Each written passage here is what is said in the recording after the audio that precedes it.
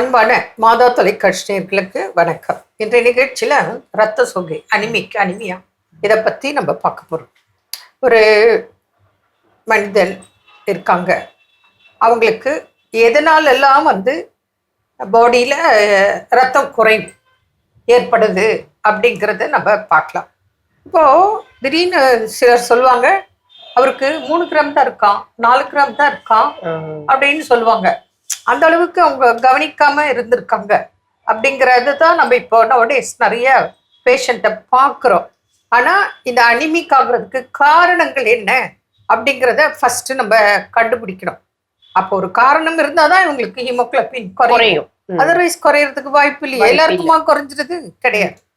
அப்போ பேசிக்லி நம்ம ஆயுஷ் சிஸ்டம் படி அந்த நோய் எதிர்ப்பு சக்தி குறைவு, இம்யூனிட்டி கம்மி, டாக்ஸின்ஸ் அதிகம்.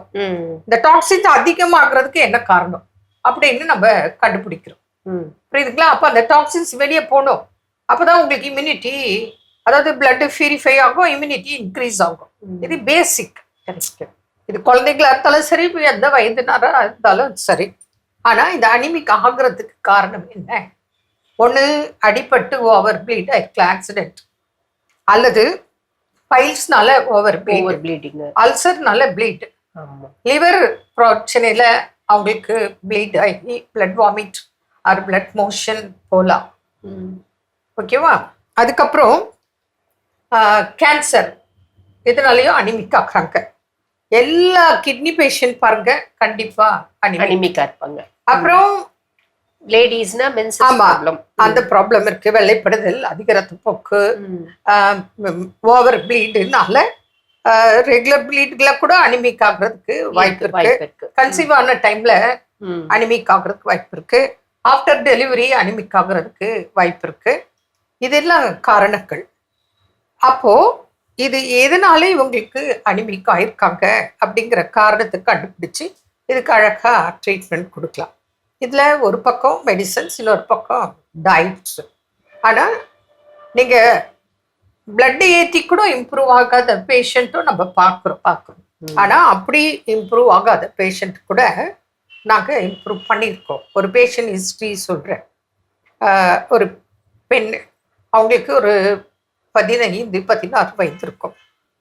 அவங்க ஒரு பிரபலமான ஹாஸ்பிட்டலில் வேலூரில் அட்மிட் பண்ணியிருக்காங்க. எவ்ரி ஆல்டர்னேட்டிவ் டேஸ் பிளட் ஏற்றுறாங்க. அவங்க ஹீமோகுளோபின் லெவல் 3. அப்போது நாங்கள் கேள்விப்படுறோம். பேஷண்ட்டாக காண்டாக்ட் பண்ணல, பேஷண்ட்டோட ஃப்ரெண்டு எங்களுக்கு நாங்கள் மீட் பண்ணும்போது சொன்னாங்க, நானாக வாலண்டரியாக சொல்கிறேன், அப்படியா என்ன ப்ராப்ளம், எங்களை காண்டாக்ட் பண்ண சொல்லுங்க அப்படின்னு நான் ஃபோன் நம்பர் கொடுத்து காண்டாக்ட் பண்ண வைக்கிறேன். அப்புறம் அவங்க காண்டாக்ட் பண்ணாங்க. என்னன்னு பார்த்தா அவங்களுக்கு இந்த மாதிரி இருக்குது. ஃபாஸ்ட் 1 இயராக அவங்க ட்ரீட்மெண்ட் எடுத்துட்டு இருக்காங்க. அப்போ நான் சொன்னேன், ரொம்ப ஃப்ரெண்டாக போயிட்டாங்க.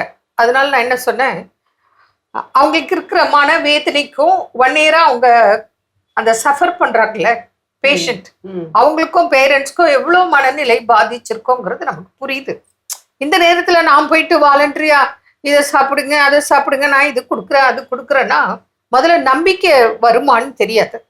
அடுத்தது இது எந்த அளவுக்கு அது அவங்களுக்கு ப்ளஸ்ஸாக கிடைக்கும் அப்படிங்கிறதெல்லாம் தோணாது. 1 இயராக அவங்க பார்த்து அழுத்து போய் வாழ்வா என்னன்னு தெரியாத கேள்விக்குறியில வாழ்க்கை இருக்கும்போது என்ன பண்ணுறதுன்னு எனக்கு புரியல. சரி, சட்டுன்னு என்ன பண்ணேன், ஒரு பேப்பர் எடுத்தேன். சார் இந்தங்கன்ட்டு பேப்பர் பென் கொடுத்து நான் சொல்கிறதுல எழுதுட்டேன் அப்படின்னு எழுதுனாங்க. இதெல்லாம் செஞ்சு கொடுங்க சார். இப்போ நான் கொடுத்தா மருந்துங்க, நீங்கள் செஞ்ச உணவு. அப்போது உங்களுக்கு நான் என்ன இதில் கொடுத்துருக்கேன், என்ன கலந்துருக்கேன்னு உங்களுக்கு டவுட்டு. என்னதான் நான் உண்மையை சொன்னாலும் உங்களுக்கு புரியாது. அப்போ நான் இந்த மாதிரி கொடுத்தேன். சொல்லும்போது அவங்க அதை ஃபாலோ பண்ணி 2 monthsல 7 grams வந்துச்சு. எனக்கு ஃபோன் பண்ணாங்க, மேடம் ஒரு குட் நியூஸ், 3 grams 1 year ஆகுது, இப்போ 7 grams ஆயிடுச்சு. நான் சொன்னேன், ரிஸ்க்கு போயிடுச்சு, கூட்டிகிட்டு வாங்க சார், வெளியில் வந்திருக்கேன், பிரிங் அவுட், நீங்கள் வெளியே வந்திருக்கேன், நம்ம பார்த்துக்கலாம் அப்படின்ட்டு. அதுக்கப்புறம் 1 year ட்ரீட்மெண்ட் கொடுத்து அவங்க நார்மலாச்சு. அந்த மாதிரி கடினமான போராட்டத்தில் இருக்கிறவங்களையும் அனிமிக்க குணமாக்கும் வழிமுறைகள் மிகுதியாக இருக்கு. நீங்கள் அதை கடைபிடிச்சா நிச்சயம் உங்களுக்கும் நல்ல பலன் தெரியும். என்ன நேயர்களே, மீண்டும் நாளை சந்திப்போம். நன்றி. அன்னை மரியே வாழ்க.